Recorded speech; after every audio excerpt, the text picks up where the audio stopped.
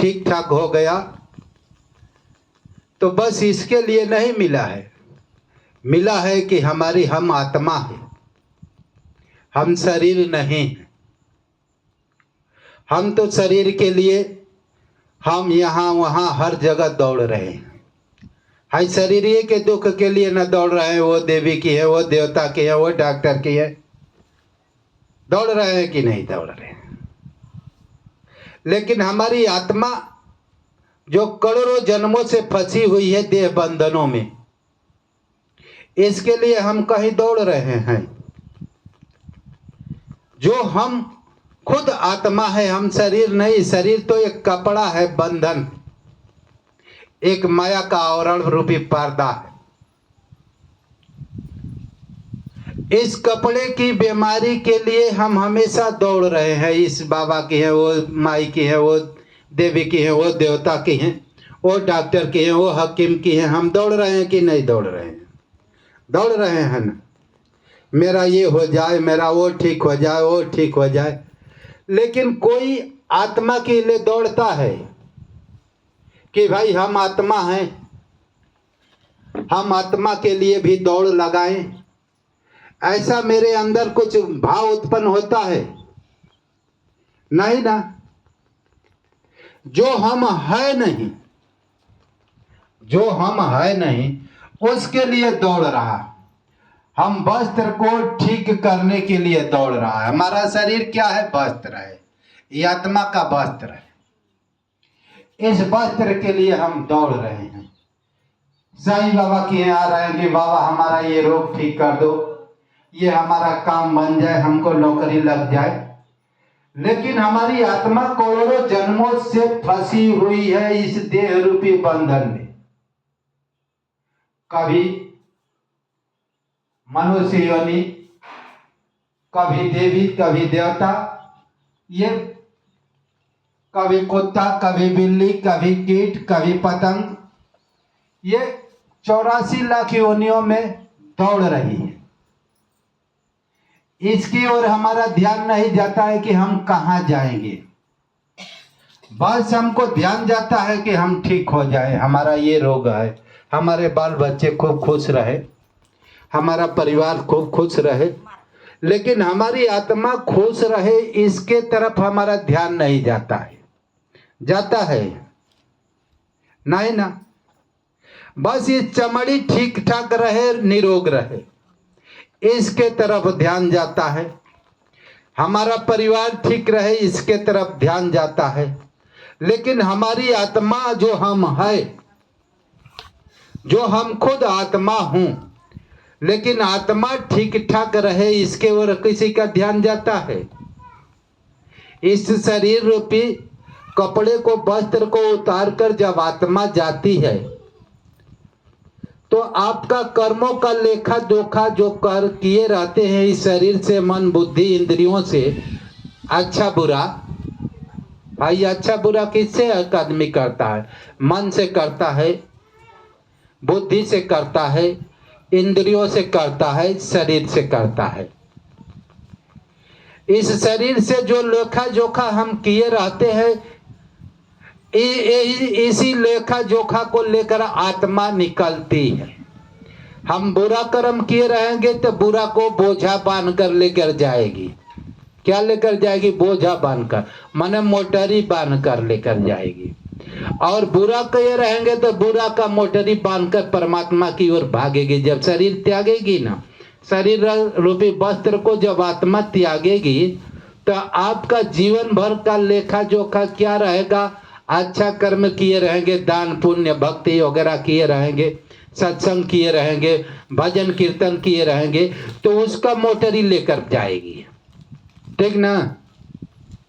और बुरा कर्म किए रहेंगे तो उसका मोटरी बांध कर लेकर जाएगी।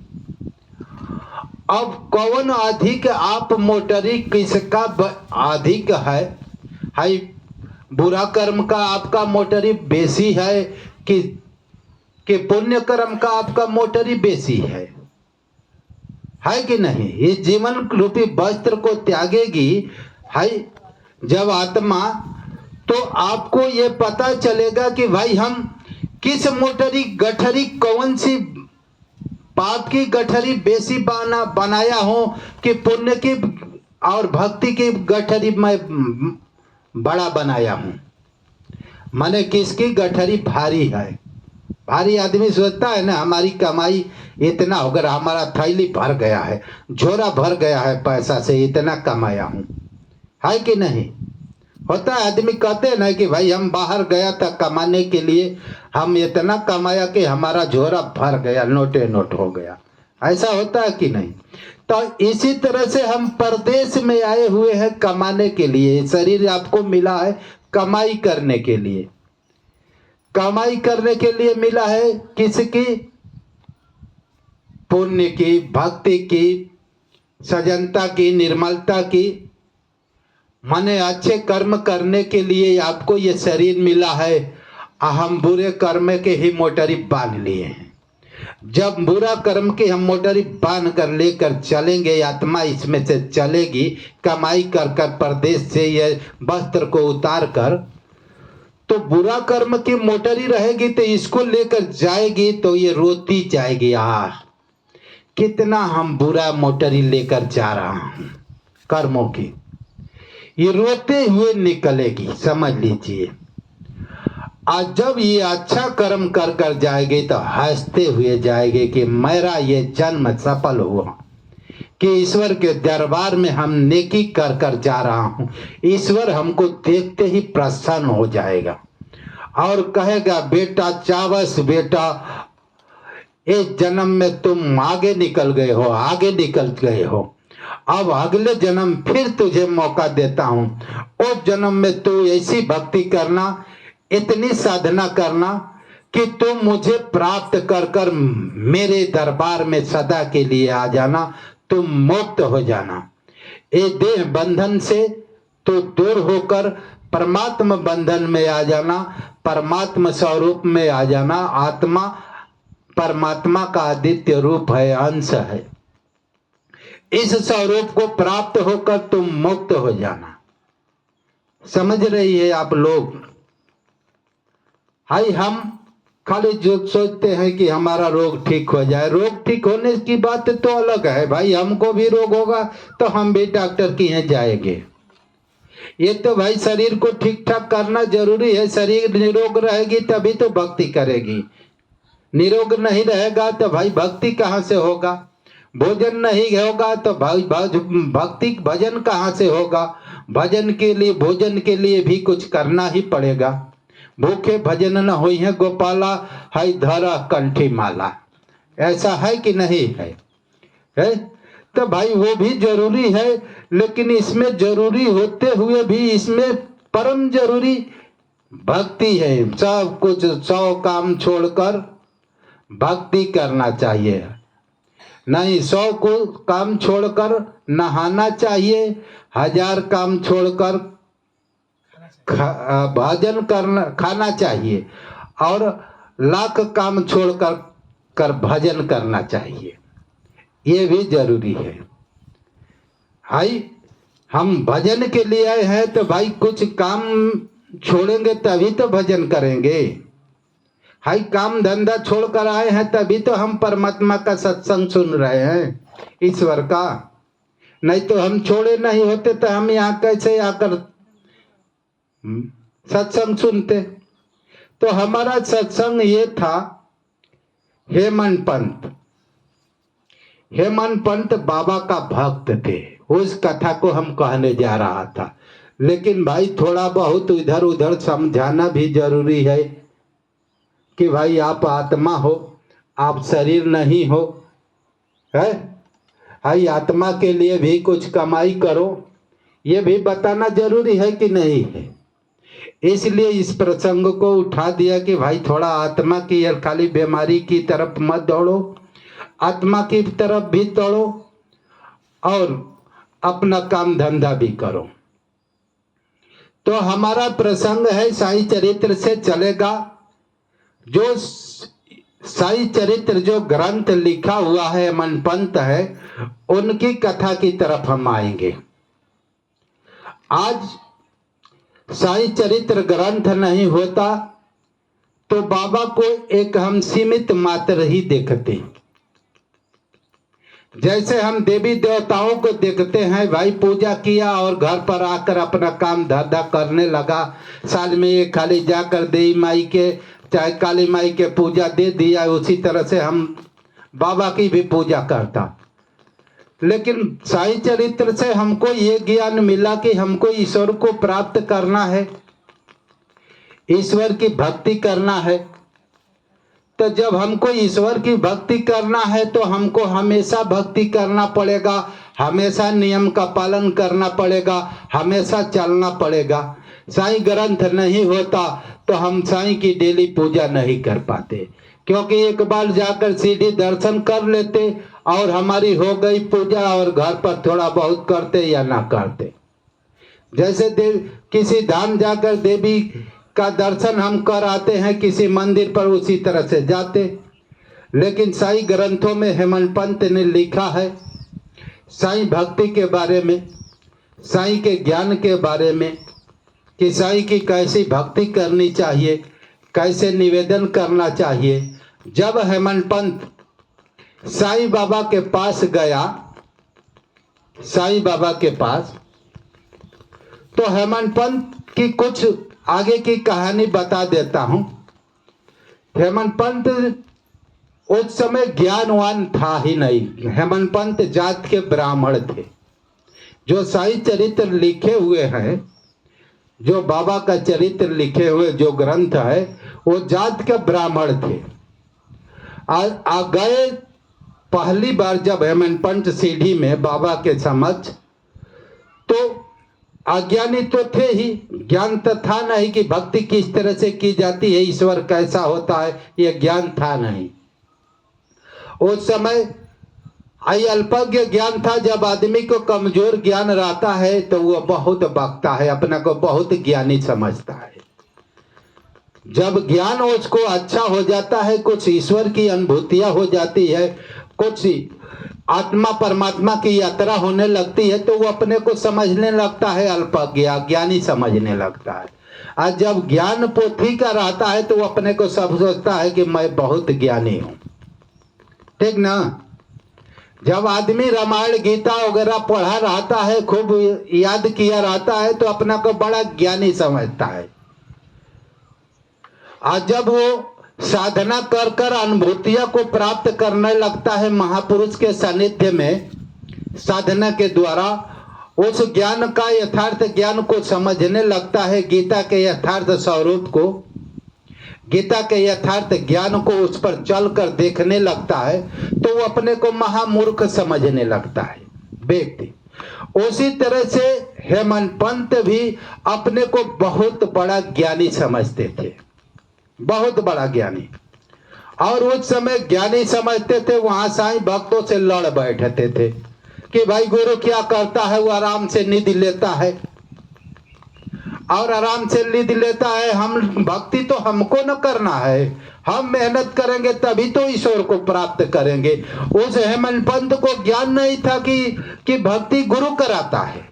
हेमंत पंत को ज्ञान नहीं था। जिसने साईं चरित्र लिखा है उसको ज्ञान नहीं था कि गुरु भक्ति कराता है। आई हमारी भी भक्ति, हमको ज्ञान है कि हमारा गुरु कराता है, क्योंकि गुरु जो है मन से रथी होकर, मन से, मन पर सवार हो जाता है। मन ही तो भक्ति करता है। मन ही कहता है कि भाई साईं बाबा के यहाँ चलो, तो आप यहाँ पर आए हैं। मन ही कहता है कि बुरा कर्म करो, तो बुरा कर्म करने लगते हैं। मन ही कहता है कि भाई नौटंकी देखो, नाच बाजा खूबे देखो, अश्लीलता देखो, मन ही तो कहता है। अब मन ही कहता है कि भाई भजन करो, बुराइया को मत देखो, अच्छे चीज देखो और परमात्मा को प्राप्त कर, परमात्मा को प्राप्त कर, मुक्त हो जाओ। भाई मन ही तो कहता है, मन ही यहाँ लेकर आया है खींच कर। उसी तरह से हेमंत पंत तो उस समय भक्तों से लड़ बैठे थे। गुरु क्या करता है, कुछ नहीं, आराम से निद्रा लेता है और करता क्या है, भक्ति तो हमको करना है। उसे ज्ञान नहीं था हेमंत पंत को कि भक्ति गुरु करता है। गुरु जो है मन पर, मन आपका कंट्रोल में नहीं रहता है। साधक का मन इधर उधर भागता है कि वो चाहिए, वो चाहिए, वो चाहिए, वो धन आ जाए, वो दौलत आ जाए, वो सुख मिल जाए, वो सुख मिल जाए, वो अश्लीलता दिखाई देने लगे, वो अश्लील दृश्य दिखे, वो रसमय होने लगूं। हाय मन क्या करता है, इधर उधर दौड़ा है। इस मन को हम अपने हाथ में लेकर गुरु साधक के हृदय से रथी होकर उसके मन को कंट्रोल में कराकर अंतर्मुखी होकर आत्मा की तरफ गुरु मोड़ता है। गुरु जो है अंतर्मुख कर परमात्मा की तरफ मोड़कर भजन कराता है, साधना कराता है, ध्यान कराता है कि देखो तुम्हारा परमात्मा कैसा है, देखो तुम्हारा आत्मा कैसा है। उस आत्मा का ध्यान करते करते उसी में समा जाओ। ये गुरु बताता है, ये गुरु दिखाता है आत्मा को और परमात्मा को, और उसमें समा देता है, अपने शक्ति से दिखाता है और आत्मा में समाने का ज्ञान और शक्ति भर देता है। साधक के अंदर परमात्मा की भक्ति करने का शक्ति बल भर देता है। ये कौन है? ये ज्ञान हेमंत पंत को नहीं था। वो तो कहता है कि भाई गुरु आराम से निधि लेता है। गुरु निधि नहीं लेता है। गुरु आपके मन पर रथी हो जाएगा, सवार हो जाएगा, कहेगा कि इधर मत चल, इधर मत देख, इधर देख, इधर जाओगे तो पाप है, इधर जाओगे तो पुण्य है, इधर जाओगे तो ईश्वर मिलेगा, ईश्वर की तरफ मोड़ेगा और तुम इधर उधर मत दौड़। हेमंत पंत को ज्ञान नहीं था। जब हेमंत पंत कुछ दिन रहा बाबा के सानिध्य में, बाबा का चमत्कार देखा। हेमंत पंत चमत्कार देखा, एक बार रहा, सीढ़ी में आया था हेमंत पंत, देखा कि भाई बाबा आटा पीस रहे हैं चक्की में। और उस समय हैजा महामारी आती थी। हैजा महामारी जानते हैं आप लोग? पहले जमाना में उसे हैया प्लेट कहा जाता था। गांव का गांव लोग साफ हो जाते थे, ठीक ना? तो उसी तरह से सीढ़ी जहां बाबा रहते थे उससे आगे वाले कुल गांव आसपास वाले में महामारी आ चुकी थी और लोग झुंड का झुंड गांव का गांव साफ हो रहे थे। महामारी आ चुकी थी। बाबा देखे कि भाई हमारे सीढ़ी ग्राम में भी आ जाएगी, तो बाबा ने सोचा कि भाई सीढ़ी ग्राम में ना आ पाए, बाबा उसका तरकीब निकाले और आटा पीसने लगे। जब आटा पीसने लगे, लोगों ने देखा कि भाई बाबा क्यों आटा पीस रहे हैं, और पीसकर चारों तरफ से सीढ़ी ग्राम के मेड़ पर, माने जितना सिवान था सीढ़ी ग्राम का, चारों तरफ आटा छिटवा दिए। आज जब छिटवा दिए तो भाई गांव के उधर सिवान वाले में तो भाई महामारी थी, लेकिन सीढ़ी ग्राम में महामारी आई नहीं, हैया प्लेट आता नहीं था। लोग जो सिवान पार करते थे महामारी उसे चपेट में ले लेती थी, और जब इधर आ जाते थे तो वो महामारी उसे पकड़ती नहीं थी। जब हेमंत पंत ने देखा कि अरे भाई ये कैसा चमत्कार है, जिसने साई चरित्र लिखा है उसने देखा कि अरे कैसा चमत्कार है, ये आटा और हैजा महामारी से क्या प्रयोजन है। आटा बाबा छीट दिए है और यहाँ पर हैजा महामारी आ नहीं रही है, उधर गांव में आ रही है। ये तो चमत्कार है। जब देखा ऐसा चमत्कार हेमंत पंत, तो उसे विश्वास होने लगा कि भाई गुरु ही करता है।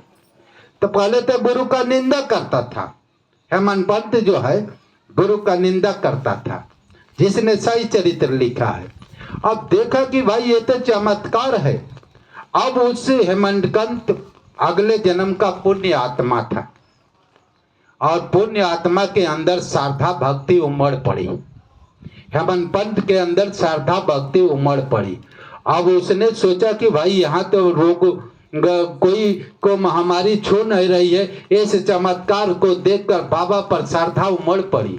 बाबा को समझने लगे कि वाकई में कोई भगवान है, ईश्वर है, ये बाबा स्वयं साक्षात ईश्वर है। ऐसा उसके अंदर भाव जागृत हो गया और जागृत होने लगा और बाबा की भक्ति करने लगा। बाबा की भक्ति हेमंत पंत ने करने लगा। जब करने लगा, बाबा की भक्ति करने लगा, तो उसको नवीन नवीन अनुभूतियां आने लगी, नवीन नवीन ज्ञान होने लगा। जब नवीन नवीन ज्ञान होने लगा, जैसे मुझे भी नवीन नवीन ज्ञान होता है, अंतर्मुख होता हूं तो आत्मा का, ब्रह्म का, निरेशन का ज्ञान मुझे भी होता है। तो मुझे भी ऐसा होता है कि साईं ग्रंथ पर मैं कोई अच्छा कोई और ग्रंथ लिखूं। मेरे अंदर भी ऐसा भाव होता है कि साईं ग्रंथ है तो उस पर और एक नूतन ढंग से इस साईं चरित्र का निर्माण करूं। मैं एक अपने अलग ढंग से साईं चरित्र का ग्रंथ है, एक अलग ढंग से लिखूं इसी साईं चरित्र पर। मेरे अंदर भी भाव होता है। वैसा अनुभूतियां हमको भी नहीं होती तो हमारे अंदर भी प्रेरणा नहीं होती, लेकिन मैं सोचता हूं कि भाई इस जन्म में नहीं, अगले जन्म में लिखूंगा। बाबा से कहता हूं कि इस जन्म में समय नहीं है लिखने के लिए। मेरे अंदर भी ये भाव आता है कि साईं चरित्र पर मैं अगले जन्म में कुछ लिखूंगा, ठीक ना। तो हेमंत को ऐसा भाव उत्पन्न होने लगा तो बाबा पर विश्वास होने लगा, बाबा की भक्ति करने लगा, बाबा की अनुभूतियां, आत्मा परमात्मा का ज्ञान मिलने लगा। तो ये कहने लगा श्यामा से, बाबा का श्यामा भक्त था, श्यामा उसे माधव भी कहते थे, कि अब लोग जानने लगे कि हेमंत साईं का भक्त हो गया है और विद्वान भी है, पढ़ा लिखा भी है, पंडित भी है। लोग समझने लगे, लोग ऐसा भाव करने लगे कि हेमंत विद्वान हो चुका है, ठीक ना। तो हेमंत अपने ज्ञान को बढ़ते हुए देखकर कहा कि भाई हम बाबा पर कुछ ग्रंथ लिखना चाहता है, इनका जीवन ही लिखना चाहता हूं। श्यामा से कह रहा है, श्यामा से कि मेरे लिए थोड़ा लिए, श्यामा अंतरंग भक्त था बाबा का, तो थोड़ा निवेदन बाबा से कर दीजिए कि मैं आपके जीवनी लिखना चाहता हूं। लेकिन श्यामा ऐसे ढंग से निवेदन कर रहा है कि ये हेमंत आपकी जीवनी लिखना चाहते हैं, आप कृपया ऐसा ना कहना कि मुझ जैसे फकीर को जीवनी लिखने की क्या योग्यता है, क्या जरूरत है। ऐसा इन्हें आशीर्वाद के ही कृपा और आशीर्वाद के संरक्षण में ये आपका जीवनी लिख सकेंगे। आप यह कृपा ऐसा ना कहना कि मेरे जीवनी लिखने से क्या फायदा है। ऐसा श्यामा जब ऐसे ढंग से उनको निवेदन बाबा को किया तो बाबा बोल रहे हैं, मैं इन्हें जीवनी लिखने के लिए आज्ञा देता हूं, लेकिन इनको अपना अहंकार शून्य करना पड़ेगा। अहंकार रहित होकर हमारी जीवनी लिख सकेंगे। जिस समय इनका अहंकार नष्ट हो जाएगा तो मैं ही इनके हृदय में बैठकर अपनी जीवनी लिखूंगा। बाबा ने आज्ञा दे दिया और बाबा ने ही ये साईं चरित्र लिखे हैं, क्योंकि गुरु जो है आत्मा है, आत्मा से अभिन्न होकर, स्वयं रथी होकर वो लिखते हैं, मन पर सवार होकर। साईं बाबा ने ये स्वयं लिखे हैं हेमंत के हृदय से रथी होकर, हेमंत के मन पर सवार होकर। गुरु जो है मन पर सवार हो जाता है, हृदय पर सवार हो जाता है। और ये साईं चरित्र इतना बढ़िया लिखे हैं कि आज साईं चरित्र का हम सब लोग रसवादन कर रहे हैं। साईं चरित्र का आज ये साईं चरित्र नहीं होता तो आज हम प्रवचन भी नहीं करते, बाबा के बारे में कुछ बोलता भी नहीं। और इसी पर है जो जिस समय बाबा ने शरीर त्याग रहे थे, उस समय हेमंत को कुछ आशीर्वाद दिए हैं। उसी की कथा को, मैं थोड़ी सी कथा है, उसी कथा को साईं चरित्र के माध्यम से ये नथुनी जी आप लोग के समक्ष प्रस्तुत करेंगे, उसका हम भावार्थ करेंगे। बोलिए सदगुरु साईनाथ महाराज की जय।